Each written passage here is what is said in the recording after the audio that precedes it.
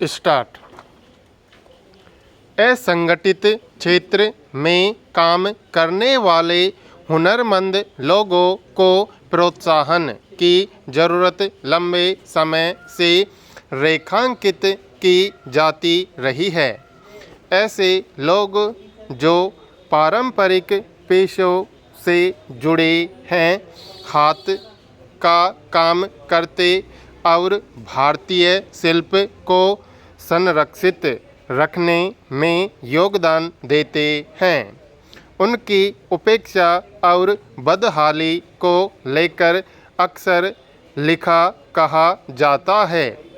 अब केंद्र ने प्रधानमंत्री विश्वकर्मा योजना के तहत ऐसे लोगों को वित्तीय मदद पहुंचाने, पहचान प्रतिष्ठित करने और उनके हुनर को बाजार में जगह दिलाने की पहल की है।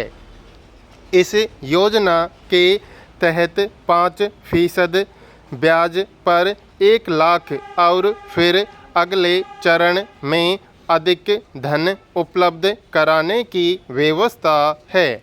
इस योजना के तहत अगले 5 वर्षों में 30 लाख पारंपरिक कामगार परिवारों को लाभ मिलने का दावा है। इसमें 13,000 करोड़ रुपए का खर्च आएगा। निस्संदेह इस योजना से ऐसे लोगों को प्रोत्साहन मिलेगा जो मिट्टी के बर्तन बनाने, चटाई बुनने, लोहारगिरी, सुनारगिरी आदि हस्तशिल्प के पारंपरिक पेशों से जुड़े हैं। ऐसे लोग प्राय पैसे की कमी के चलते अपने पेशे को बड़ा व्यावसायिक मंच नहीं बना पाते, अपने उत्पाद को बड़े बाजार तक नहीं पहुंचा पाते।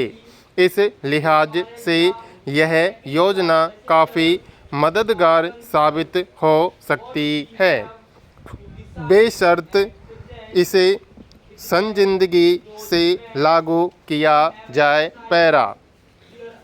हालांकि यह पहली बार नहीं है जब ऐसे पारंपरिक हस्तकौशल से जुड़े कामगारों को प्रोत्साहित करने के लिए कोई योजना चलाई जा रही है। पहले भी अलग अलग प्रांतों के हस्तशिल्प को राष्ट्रीय और अंतर्राष्ट्रीय बाजार में जगह दिलाने के मकसद से योजनाएं चलाई जाती रही हैं। अनेक स्वयंसेवी संगठन और सरकारी केंद्र इस दिशा में लगातार प्रयासरत देखे जाते हैं। जगह जगह विशेष हाट बाजार और विक्रय केंद्र बनाकर हस्तशिल्प को मंच देने की कोशिश की जाती रही है, मगर प्रधानमंत्री विश्वकर्मा योजना उन सबसे इस मायने में अलग कही जा सकती है कि इसमें हस्तशिल्पियों को सीधे वित्तीय मदद उपलब्ध हो सकेगी। इससे उन्हें अपने व्यवसाय को आगे बढ़ाने, उन्नत बनाने की दिशा में नए ढंग से सोचने, आधुनिक तकनीक के इस्तेमाल करने का अवसर मिलेगा। बहुत सारे ऐसे कामगार गुरु शिष्य परंपरा के तहत दूर दराज के इलाकों में हस्तशिल्प सीखते हैं। उन्होंने किसी प्रकार की व्यवस्थित शिक्षा नहीं ली है। स्थानीय ज़रूरतों को ध्यान में रखते हुए वे छोटी मोटी चीज़ें बनाते और उन्हें बेचकर किसी तरह अपना गुजारा चलाते हैं। विश्वकर्मा योजना से उनका आत्मविश्वास बढ़ सकता है कि वे भी सुशिक्षित उद्यमियों की तरह अपने कौशल को व्यावसायिक रूप दे सकते हैं। पैरा केंद्र सरकार का जोर कौशल विकास पर है। दुनिया भर में माना जा रहा है कि वही अर्थव्यवस्थाएं मजबूत होंगी जिनमें कौशल विकास पर जोर दिया जाता है। इस दृष्टि से भी यह योजना स्थानीय स्तर पर कौशल विकास की दिशा में एक बेहतर कदम कही जा सकती है। मगर जिस तरह दुनिया भर में अर्थव्यवस्थाएं भारी मशीनों और थोक उत्पादन पर निर्भर होती गई हैं, उसमें स्थानीय कौशल को बड़े बाजार में कहाँ तक जगह मिल पाएगी, कहना मुश्किल है।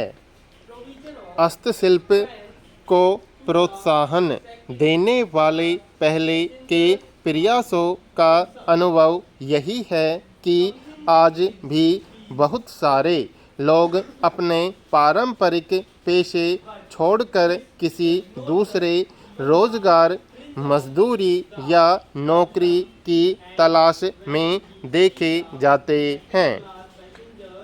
हालांकि विश्वकर्मा योजना में ऐसे लोगों को बाजार उपलब्ध कराने की बात भी कही गई है, मगर जब तक इस पर गंभीरता से ध्यान नहीं दिया जाएगा तब तक इसके अपने लक्ष्य तक पहुंचने का दावा नहीं किया जा सकता।